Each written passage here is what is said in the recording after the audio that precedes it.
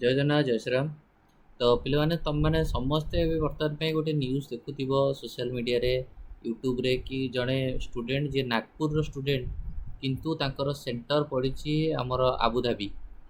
ତ ତାକୁ ନେଇକରି କ'ଣ ଏନ୍ଟିଏ ତରଫରୁ ବର୍ତ୍ତମାନ ପାଇଁ କ୍ଲାରିଫିକେସନ୍ ଆସିଲା। ଆପଣମାନେ ସମସ୍ତେ ଜାଣିଥିବେ ସେ ପିଲାର ସେଣ୍ଟର ପଡ଼ିଛି ଆବୁଧାବି। ତ ତାର ଫାଦର ସାଙ୍ଗେ ସାଙ୍ଗେ କମ୍ପ୍ଲେନ୍ କଲେ। ତା ଫାଦର ଜଣେ ସାଙ୍ଗକୁ ଫୋନ୍ କଲେ, ତାଙ୍କର ଜଣେ ସାଙ୍ଗକୁ, କି ଆରେ ଏମିତି ଏମିତି ହେଇଛି, ମୋ ପୁଅର ଏଇ ଜାଗାରେ ଏମିତି ପଡ଼ିଛି, କ'ଣ କରିବା କ'ଣ ନାହିଁ। ସିଏ ସେଇଠୁ ତାଙ୍କୁ ଗୋଟେ ଇମେଲ୍ ଆଇ ଡ଼ି ଦେଲେ, ଏନ୍ଟିଏର ଯେଉଁ ଇମେଲ୍ ଆଇ ଡ଼ି, କହିଲେ ଇମେଲ୍ ଆଇ ଡ଼ିକୁ ଆପଣଙ୍କର ଯେଉଁ ଡାଉଟ୍ଟା ଅଛି ବା ଯେଉଁ ଇସ୍ୟୁଟା ଅଛି ସେଇଟା ଜଣାଇବା ପାଇଁ। ସିଏ ସେଇଠୁ ଜଣେଇଲେ। ଜଣେଇଲା ପରେ ସେଇଠୁ ଏନ୍ଟିଏ ବାଲା ତାଙ୍କୁ ସେଇଠୁ ସନ୍ଧ୍ୟା ଫୋନ୍ କଲେ। ଫୋନ୍ ଫାନ୍ କରିକିରି ସେଇଠୁ ତାପରେ ତାଙ୍କର ଆଡ଼ମିଟ୍ କାର୍ଡ଼କୁ କରେକ୍ଟ କଲେ।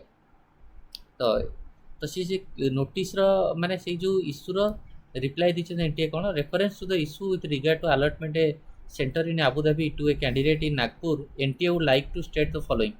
ଏନ୍ଟିଏ କ'ଣ କହିଲା ନା, following the rescheduling of NEET UG 2026 to 21st June, the National Testing Agency reopened the examination city correction window to assist candidate।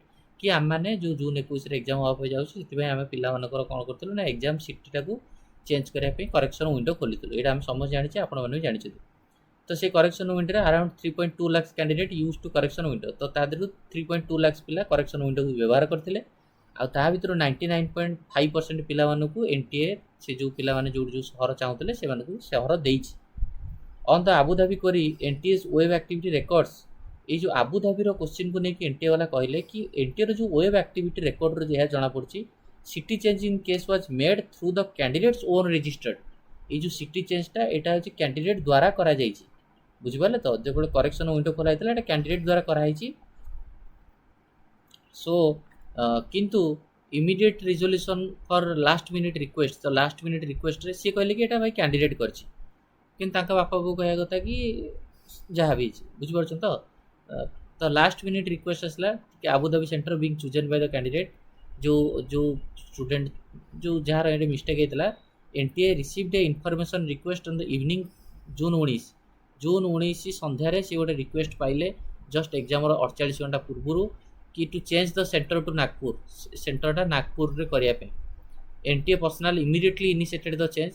ଏନ୍ଟିଏର ଯେଉଁ ପ୍ରଫେସନାଲ୍ ମାନେ ଥିଲେ, ପର୍ସନାଲ୍ ମାନେ ସାଙ୍ଗେ ସାଙ୍ଗେ ଏଇ ଯେଉଁ ଇମିଡ଼ିଏଟଲି ସେ ଇନିସିଏଟ୍ କଲେ ଏଇ ଯେଉଁ ଚେଞ୍ଜ କେମିତି କ'ଣ କରାଯିବ, କେମିତି ଆବୁଧାବିରୁ ଆମକୁ ଅଣାଯିବ ନାଗପୁର ଦେଖିକିରି ସେ ସାଙ୍ଗେ ସାଙ୍ଗେ କ'ଣ କଲେ ନା, ପିଲାମାନଙ୍କୁ ସେଇ ପିଲାଟାକୁ ହେଲ୍ପ କଲେ ଆଉ ସୋ ଆବୁଧାବିରୁ ନାଗପୁର ଆଣିବା ପାଇଁ। ତ ଏଇଟା ହେଉଛି କଥା। ଏଇ ଇସ୍ୟୁଟା ବର୍ତ୍ତମାନ ସୋସିଆଲ ମିଡ଼ିଆ ଚାଲିଛି। ଡୋଣ୍ଟ ୱରି, ଏଥିରେ ଆମର କିଛି ମୁଣ୍ଡ ପୁରାଇବା ନାହିଁ, ଜଷ୍ଟ ଗୋଟେ ଅପଡ଼େଟ୍। ଆପଣଙ୍କର କାଲି ଏକ୍ଜାମ୍ ଅଛି। ସବୁ ପିଲାମାନଙ୍କୁ ହାର୍ଟ ଅଫ୍ ଏଜୁକେସନ୍ ୟୁଟ୍ୟୁବ୍ ଚ୍ୟାନେଲରୁ ବହୁତ ବହୁତ ବହୁତ ବହୁତ ବହୁତ ବହୁତ ବେଷ୍ଟ ଅଫ୍ ଲକ୍। ଭଗବାନ ଆପଣଙ୍କୁ ସାହାଯ୍ୟ କରନ୍ତୁ। ଆଲ୍ଲାହ ଯିଶୁ ଆପଣଙ୍କ ମଙ୍ଗଳ କରନ୍ତୁ। ଥ୍ୟାଙ୍କ ୟୁ, ଧନ୍ୟବାଦ।